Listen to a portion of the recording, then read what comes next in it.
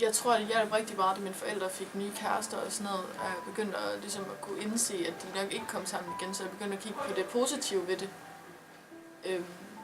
Det har ikke rigtig været sådan noget stort noget. Fordi da vi fik det at vide, der sad vi alle sammen og talte om, hvordan det hele ville blive, så vi var meget sådan forberedt på, hvordan det ville være.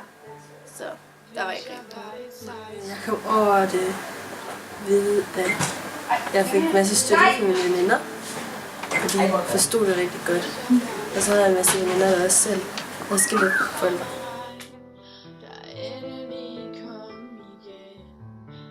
Jeg synes personligt, at man skal være 10 år for at selv kunne vælge sådan. Ellers så synes jeg bare, det er op til forældrene. Hvis for eksempel der er et barn, der siger, når hun er 8 år, at hun helst vil bo lidt mere med sin mor, så synes jeg, at forældrene skal tage det til sig og gøre noget ved det. 12 år passer fint, fordi der har man mere sådan forståelse for, hvad der sker og alt sådan noget, og kan have mere indflydelse på det. Jeg synes, 12 år det er en passende alder. Tror jeg, man er moden nok til det. Det er et stort ansvar, man pålægger barnet, hvis det skal finde ud af selv, hvor det skal være. Fordi jeg tænker, at der følger rigtig meget med det. Der følger rigtig, rigtig meget dårlig samvittighed. Og gør jeg nu mor ked af det? Gør jeg nu far ked af det?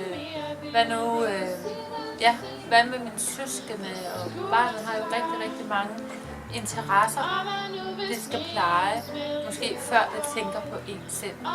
Så jeg synes, at det er svært det med alderen, fordi man kan sige, at hvis man har nogle forældre, der respekterer barnets valg, og som siger til barnet, det er fint med os, at du bestemmer, hvor du vil være. Det kan godt være, at vi bliver kede af det, men det er ikke noget, du skal tage dig af. Så kan barnet jo. Så tror jeg, det er nemmere for barnet. Jeg synes, man skal bruge til på hinanden, så børnene kan være lige meget ved, eller selv bestemme det også, men altså, at man altid har mulighed for at komme ud til den ene forælder. Det vil nok være så, at de skal prøve at holde børnene lidt udenom det, hvis det er nogle mere dybe ting, de skal snakke om. For eksempel, hvis de nu skal have til at snakke om noget penge, altså det, de skal dele og sådan noget, så prøv at gøre det, hvor børn ikke er der, fordi det kan godt være lidt hårdt for dem at høre på. De siger, at prøve at få ændret deres børn så meget i det, og prøve at forklare så godt de kan. Ja, altså jeg tror, det vigtigste, når man bliver skilt, det er, at man fortæller børnene, at det, man har gjort, det er ligesom noget, man har gjort for, at forældrene kan holde ud og være i det her. Og så bliver børnene jo nødt til at finde ud af, hvad kan de gøre, for at de kan holde ud til at være i det her forhold. Og måske kunne et godt råd være, at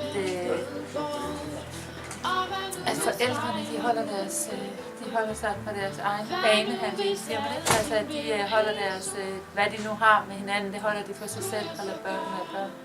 Selv sige, at det er meget, meget vigtigt, synes jeg, at de voksne taler samme sprog, altså på den måde, at de er enige om, hvad der bliver sagt til børnene, og at børnene får den opfattelse af, at mor og far er enige om nogle ting.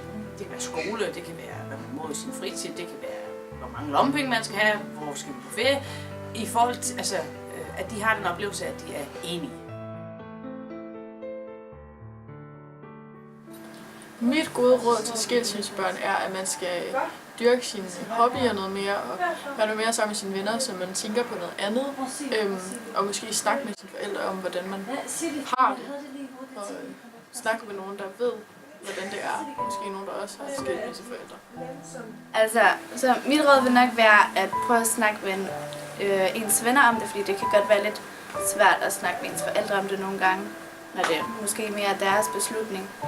Så at have nogle rigtig gode venner, så det vil være rigtig godt at snakke med dem. Mit gode råd er, at man skal prøve at fokusere på de gode ting, i stedet for alt det negative, man bliver skilt.